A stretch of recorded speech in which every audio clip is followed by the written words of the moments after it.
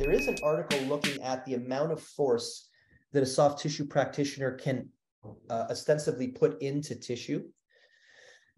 And then that amount of force was contrasted against the amount of force it would take to rupture the tissue. Right. And I can't remember the exact article. Get the author. Yeah, they did this on the IT band. And then all of a sudden, again, wild conclusions. All of a sudden, the conclusion was that because you are unable to put the forces necessary to rip tissue, then the conclusion was that there's no point in doing soft tissue work. Right.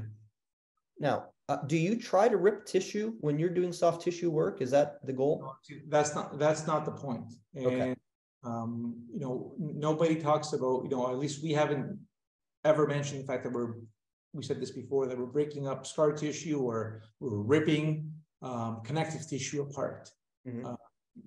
What you're trying to do is get that tissue to start adapting and providing various loads and forces onto that tissue to initiate a change.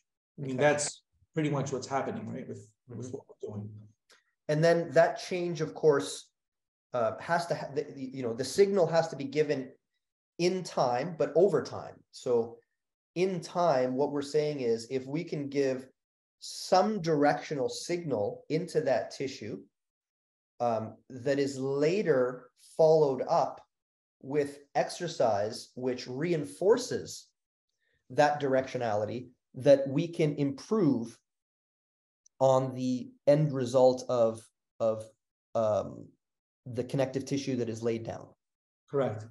The whole idea is to create directional load onto that tissue and to initiate a process, to activate, the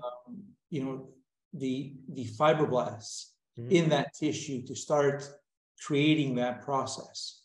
And, we take a look at, work, for example, by Langevin, and, she worked more with acupuncture and needles and twisting needles. And you saw that when she provided direction with that needle, she was able to activate fibroblasts. So it doesn't take much force. I was just going to ask that. So what is you don't have to quantify that, but I guess you just answered my question. The amounts of forces that need be imparted in order to create cellular signaling is not a high amount of force. No. Okay. From what we know, and from the concepts like mechanotransduction, we know that forces are what create activity in cells. And so what the research shows us, or at least some of the research that shows us, is that we don't need high amounts of force to activate that tissue